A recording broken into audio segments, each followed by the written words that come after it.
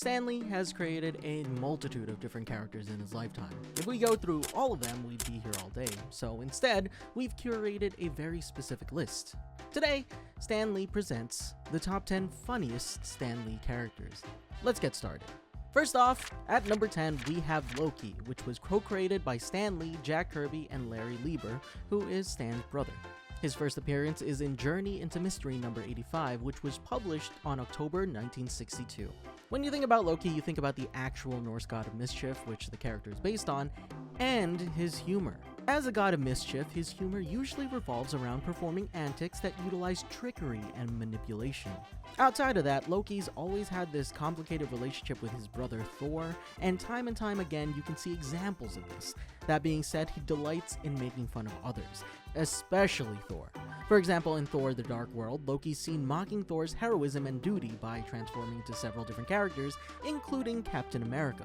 While in the comics, he's constantly positioning himself as the more practical brother, despite his schemes being pretty outlandish. The best part about all of this is that Loki is super arrogant, and his arrogance, combined with his clever wit, often lands him in situations where his plans backfire with humorous results. Next up at number 9, we have Forbush Man, co-created by Stan Lee and Jack Kirby. His first appearance being as Irving Forbush in Snafu number 1, published in November 1955, and as Forbush Man in Not Brand Ek number 11, which was published in August 1967. If you're not too familiar with this character, that's okay. Forbush Man started off as a mascot character for a Marvel self-satirical series known as Not Brand Ek. His ridiculous appearance is supposed to parody the idea of superheroes. A cooking pot on his head to hide his identity, the red underwear on the outside of his pants, they're absolutely ridiculous. Forbush Man, being a hero, constantly tries to save the day through heroic situations, but he has no real power. So his attempts end with him hurting himself, highlighting the absurdity of this so-called hero. But that's the point. Being a parody of heroes, it's natural for him not to always be successful in these high-stakes situations, and that's what makes it hilarious. At number 8, we have Ant-Man, and I will be talking about Hank Pym and Scott Lang. Co-created by Stan Lee and Jack Kirby, his first appearance is in Tales to Astonish number 27, which was published in January 1962. Come on, a hero that can shrink to the size of an ant but still retain his full strength? What's not funny about that? A lot of Ant-Man's humor stems from how ridiculous his power is, and how by shrinking to such a size, he can interact with insects and everyday objects, except they're exponentially bigger than him. This leads to hilarious situations where the mundane turns into the epic, like any of the scenes involving the Thomas the Tank Engine toy from the 2015 Ant-Man film. But looking at some of the moments in the comics, one of Hank Pym's first outings as Ant-Man has him running away from ants, dodging dangers brought about by a vacuum cleaner, and eventually befriending those same ants. It's so silly when put into perspective that it's funny to even think that this is a series power. But I think the best example of Ant-Man shenanigans is the theoretical what if Ant-Man killed Thanos by going up his, booty. Which, honestly, I didn't realize how much they make fun of that. I think they actually have like an official recording of Scott Lang talking to the audience at the Avengers campus in Disney about, going up the booty hole and... Number 7, The Thing, Ben Grimm. Co-created by Stan Lee and Jack Kirby, first appearance being in Fantastic Four number 1, published in November 1961. Ben Grimm, aka The Thing, aka the tough man with the heart of gold and a sense of humor. Despite his rocky exterior, which leads people to believe he's rough around the edges, Ben's sarcasm and witty one-liners usually helps lighten tense moments. However, you can't fault people for thinking that, since in his portrayals in the films, Ben can be a little angry. Instead, Ben's humor comes from his actions, such as destroying a prototype The Thing toy that Johnny Storm shows him. But in the comics, Ben comes across as a little more lighthearted. You can see this when he jokes around about his own appearance constantly, and while engaging in playful banter with Johnny Storm, insulting Johnny in the same way that Johnny does to him. Number 6, J. Jonah Jameson. Co-created by Stan Lee and Steve Ditko, his first appearance being in The Amazing Spider-Man #1, published in March 1963. J. Jonah Jameson's extreme hatred for Spider-Man and the lengths at which he takes that hatred is the exact reason why he makes this list.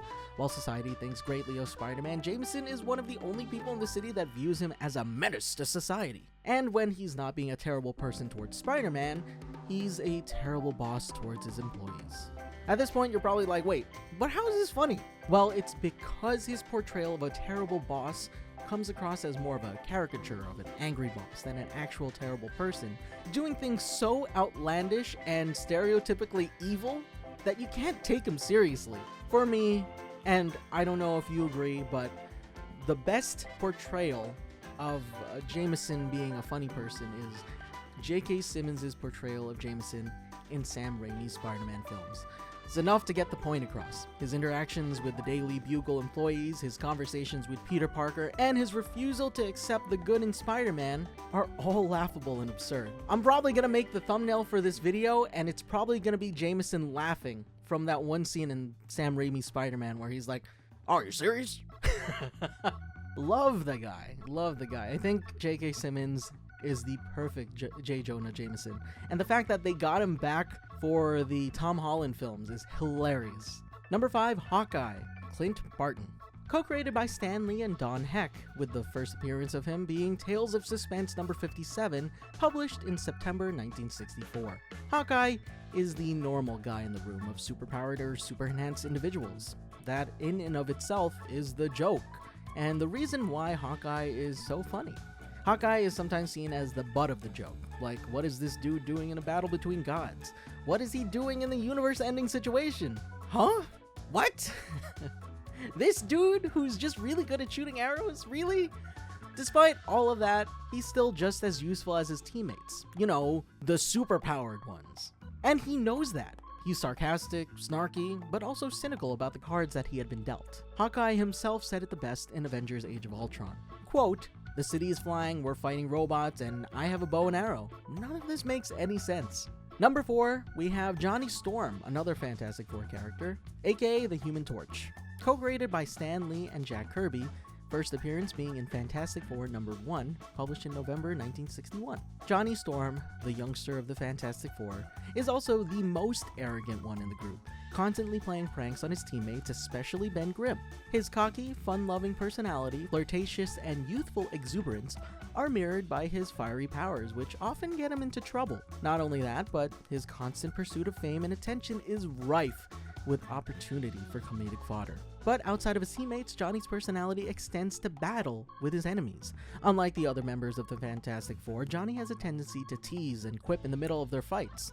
This can even be seen as recently as, spoiler alert for those of you who don't like spoilers, the Deadpool and Wolverine film, where Johnny can be seen calling Pyro some not so safe for work names. You see anyone running, brains? At number 3, we have She-Hulk, aka Jennifer Walters, co-created by Stan Lee and John Buscema. First appearance being The Savage She-Hulk #1, published in November 1979. She-Hulk takes her humor to the next dimension. Literally, because a lot of She-Hulk's humor comes from her breaking the fourth wall, going from 2D to 3D, and speaking directly to the reader, commenting directly on how absurd her adventures and the situation she finds herself in are. He doesn't mean that. She's become one of the funniest characters in the Marvel lineup due to how self-aware she is, and how she openly questions and sometimes even mocks the tropes that she comes across. Like when she asked, "I can't believe I'm fighting aliens again. What is it with superheroes and aliens?" She's kind of like a certain other character that isn't on this list because he isn't a Stan Lee creation. To give an example of what she's like in the comics, She-Hulk is often seen talking to the reader and even the writer. At one point, she even tears through some pages to get to the villain faster out of frustration. And honestly, I wish I thought of that. At number 2, we have Iron Man, aka Tony Stark. Co-created by Stan Lee, Jack Kirby, Larry Lieber, and Don Heck. First appearance, Tales of Suspense #39, published in December 1962. And now, the final 2. And of course, we're talking about the one and only Tony Stark. Stark is known for his sharp wit, sarcasm, and dry, sometimes self-deprecating one-liners. Everyone is well aware of his line in the Avengers film where he answers, "Genius, billionaire, playboy, philanthropist," when Captain America asks what he was without his suit. Not only that, he continues to quip with good old Cap when he's accused of not being the type of person to lay down on the wire to help his friends, instead answering that he just cut the wire. Because that's what he does. It's an amusing response, but definitely one that Cap doesn't take too lightly. Tony Stark is quick with his comebacks, as if that's his default type of response. When he's not being the hero, he's as he described, a billionaire playboy.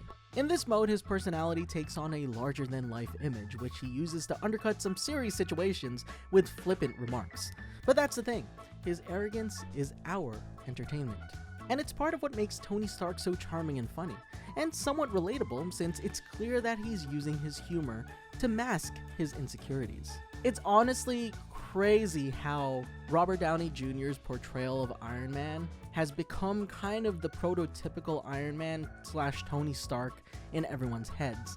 Anyway, at number 1, we have Spider-Man, aka Peter Parker, created by Stan Lee and Steve Ditko, with his first appearance being Amazing Fantasy number 15, published in August of 1962.